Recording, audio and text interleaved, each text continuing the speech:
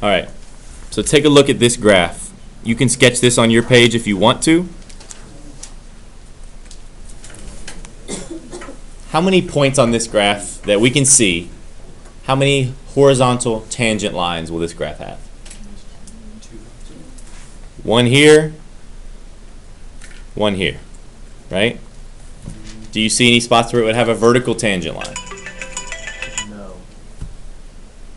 I don't see one. It would be where the function is going perfectly vertical, and there's not one. Take a look at another graph. Let's draw an ellipse here. Okay. Do you see points where there would be a vertical tangent line on this shape? Yes. How many? 2. One here, one here. Okay?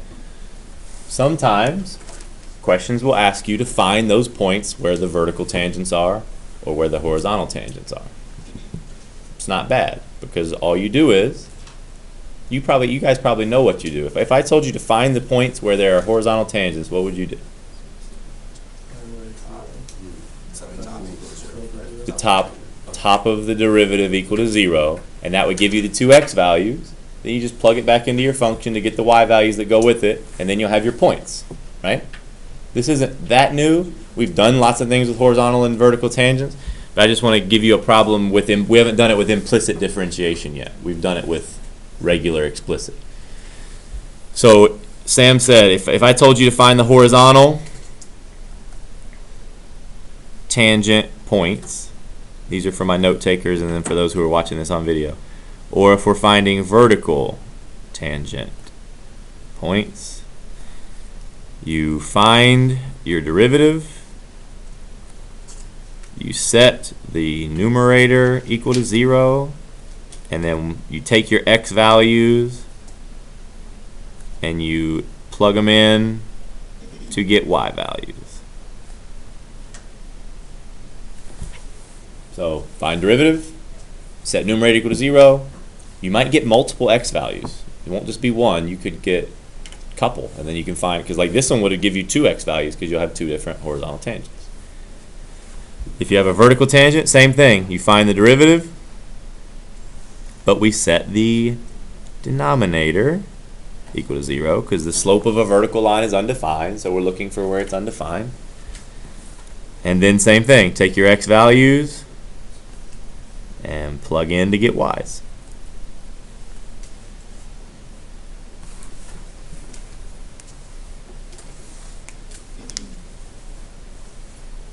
Horizontal tangents, vertical tangents.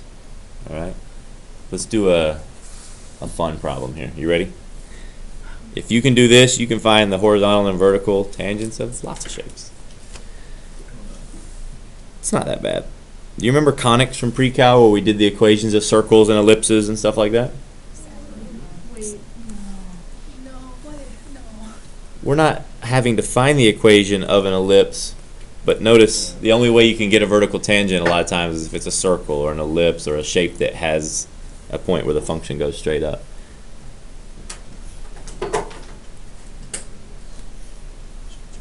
So there's our function.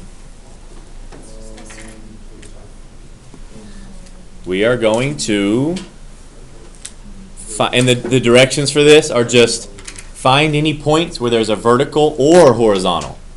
So you got to find them both. So first step would be to do what? Find that derivative, almost always. Find him first, or her. Derivatives can be hers too. No, I said they can be him or hers. No.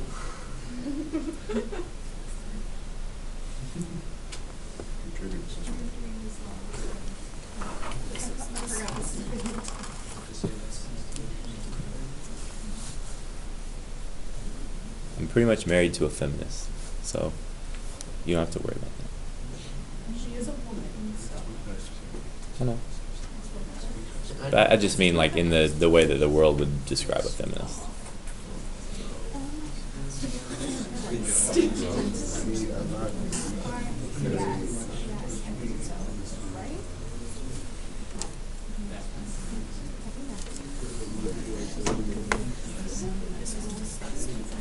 This is not disgusting. Don't disgrace. Don't disgrace it. Did you get the derivative? I'm working on it. Would you add the y1 with it, or no? Is it different? No, this is still explicit. So yeah, you'll have y primes. If you take the derivative of a term with a y in it, you will have a y prime in there. Yep. It seems so scary, but then what's the derivative of 25x squared?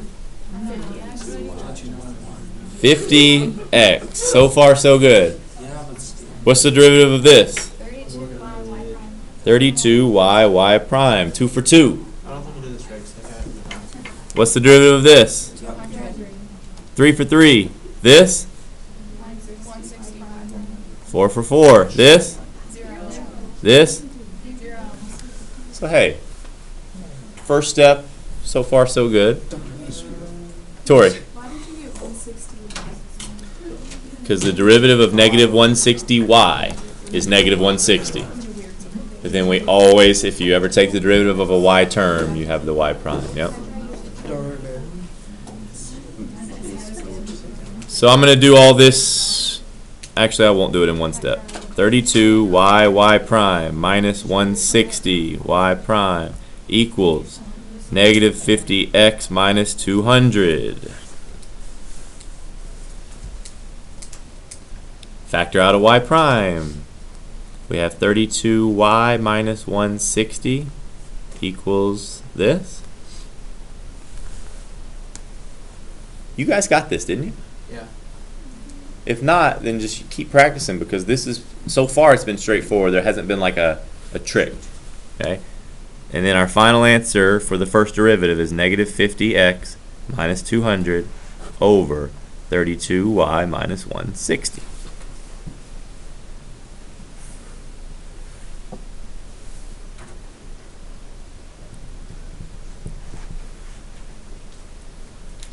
Okay? So now here's our question. We just did the first step. We did this, and we did this. Do you want to? You want to take a 2 out of it? Yes. Sure. What does it turn into?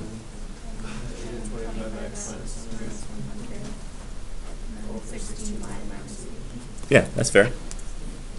Now what do we need to do with the numerator and denominator? So negative 25x minus 100 equals 0. This is the numerator here. And then 16y minus 80 equals 0. That's the denominator there. What were you going to say, Tori? Oh, okay.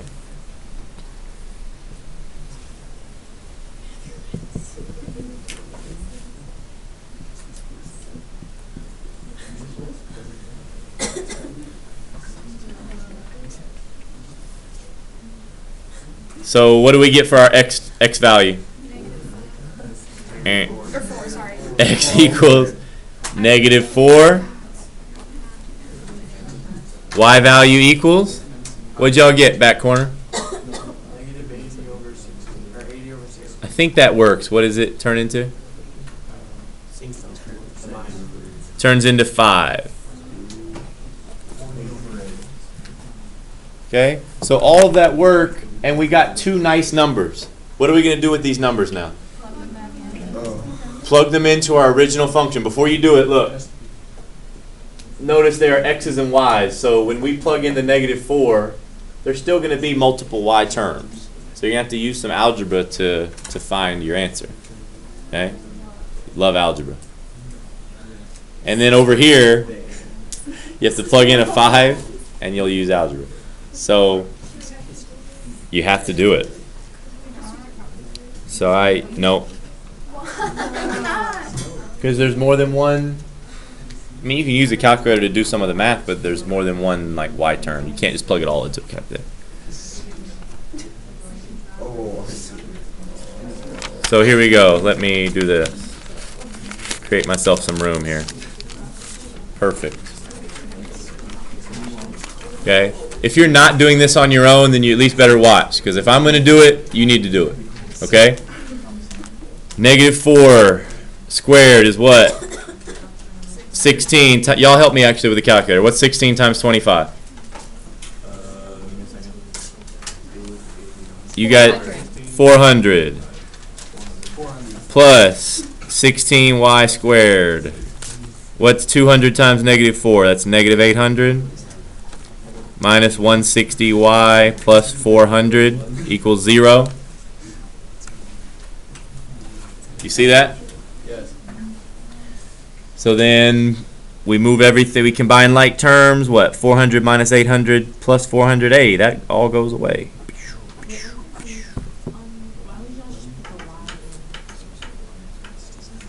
Because we have, that's a good question. Why do we not plug them both in and just get like a number? Because remember what we're doing for this piece, we set the numerator equal to 0 and got an x. So we're going to plug it in to get the y values that go with it. So why'd you find the y? This was the denominator equal to 0, and we're going to plug it in and get different x's. These are going to give us different points. These are finding the horizontal tangent points. These are finding the vertical tangent points. That's a good question. Okay? So then we're left with 16y squared minus 160y equals 0. Jacqueline, what do we do from here? I mean, I hope I'm not talking to myself up here. Okay? You factor out and you solve for y. Solve for y. So I mean, like at this point, both terms have a y, just pull out a GCF. Y times, honestly, oh well, we'll just do it this way. Can't you take out 16? Yeah, you could. So it, yeah, 16y equals 0, so y equals 0, and then y equals 160 divided by 16 is 10. So those are your two y values. So here, like we did all this work, but we have to stay organized and know what we just found. Here's what we just found. Yeah, you set this equal to 0. Add 160, divide by 16. You get these 2 points. We just found that, okay, we knew that at negative 4 we had a horizontal tangent, but we didn't know where. Now we know it's at negative 4, 0, as well as negative 4, 10. Those are our two spots. Just like up here, we had two spots where there was a horizontal tangent. Down here, we had two spots as well. Negative 4, 0, negative 4, 10. Then we just need to do the same thing with this 5, and I want you guys to do it. Plug the 5 in to the original and get me the two values.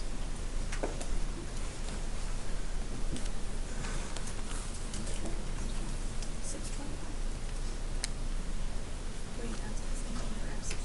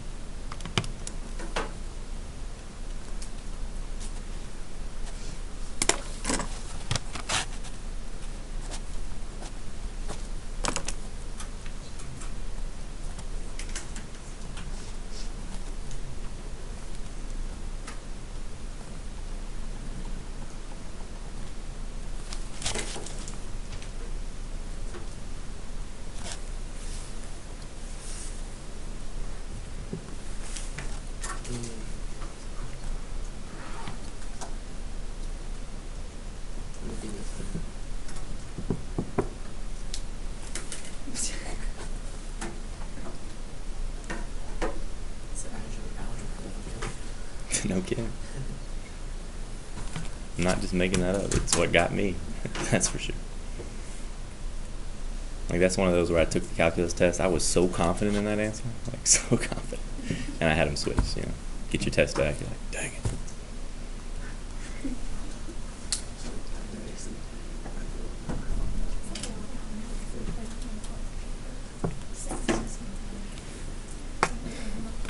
Okay.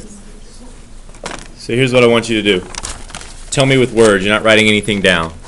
But if you see a problem and let's say it had a function, I don't even know what it is. I don't even know what the function is, it doesn't matter. But if you're on a quiz and it asks you to find me the points where there are horizontal and vertical tangents. What are we doing? What's our first step? Find the derivative. First step is finding the derivative. What's our second step? Set the numerator equal to 0. Set numerator equal to 0. Why? Why are we doing that? To find horizontal. To find the horizontal x values. Set numerator equal to 0 to find the horizontal x values. Then what are we going to do with those x values once we find them? Plug it into the equation. Plug them in to get your actual horizontal points. What if there's no numerator? Would it just be like something over 1? Correct. So like something like this, Vaughn. Like even if you had like this, okay? Like we know that that looks like this, right? Yeah. This will have a horizontal because it has a numerator, Okay. but there's no denominator, and it makes sense. There's also no vertical. There's no vertical tangent. It doesn't. Every shape doesn't have one. Okay. That's a good question. Set numerator equal to 0, horizontal x values, plug them in. Third step, set denominator equal to 0, get the y values, plug them in. And then you'll have your points. You'll have your horizontal points. It's like technically what we just found for that shape, I think it was just like an ellipse. We just found this point. It was like -8, 0 or something. We found this point, like 7, 0. We found this point, 2, 6. We found that point. Like you're finding the points where there are either vertical tangents or horizontal tangents. That's what it's asking you to do. Okay?